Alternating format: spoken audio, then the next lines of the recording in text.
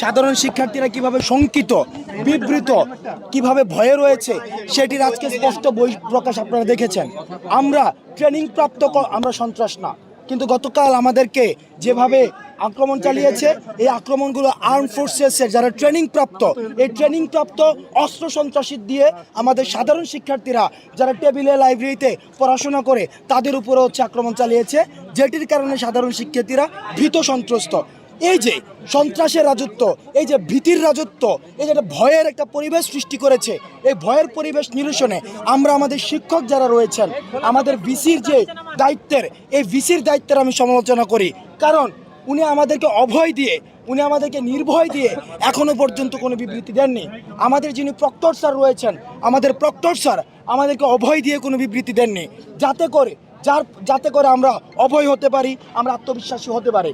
আমরা যেটা দেখেছি, তাদের শ্মশান সমান